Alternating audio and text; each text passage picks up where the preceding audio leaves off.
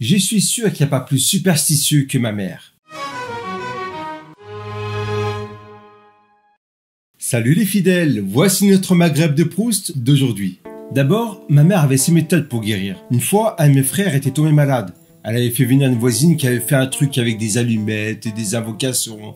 Ma mère utilisait aussi des trucs qui étaient vraiment inefficaces. Imbiber un gant de toilette de fleurs d'oranger à se mettre au visage, c'est bien que pendant des années, j'associais la fleur d'oranger à la maladie. Il m'a fallu pas mal de temps pour redécouvrir et apprécier la fleur d'oranger. Au moindre petit rhume, ma mère conseillait toujours « Tu chauffes du miel avec du citron ».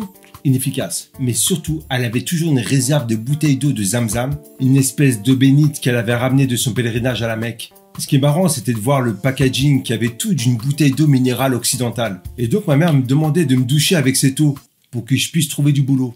De toute façon, bien avant ma naissance, elle a toujours cru à toutes ces fables superstitieuses. Ma mère a toujours voulu avoir un garçon, sauf qu'elle a d'abord eu une première fille, puis une deuxième, et là, elle a complètement déprimé. Sympa pour la petite. Et puis, alors qu'elle était enceinte d'un troisième enfant, elle allait consulter un marabout au bled pour lui demander de faire un petit tour de magie pour qu'elle puisse enfin accoucher d'un garçon.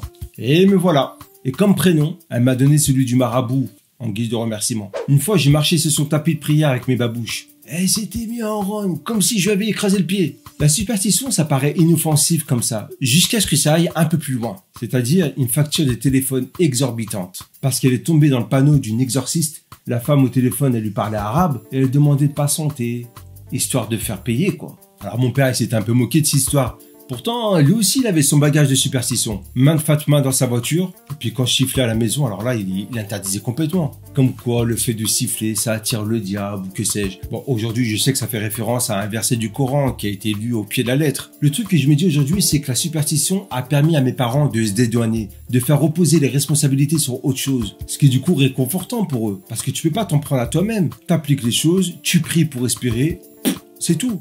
Et là, quand je dis ça, je me dis, après tout, est-ce qu'on ne serait pas aussi un peu superstitieux? Nous aussi.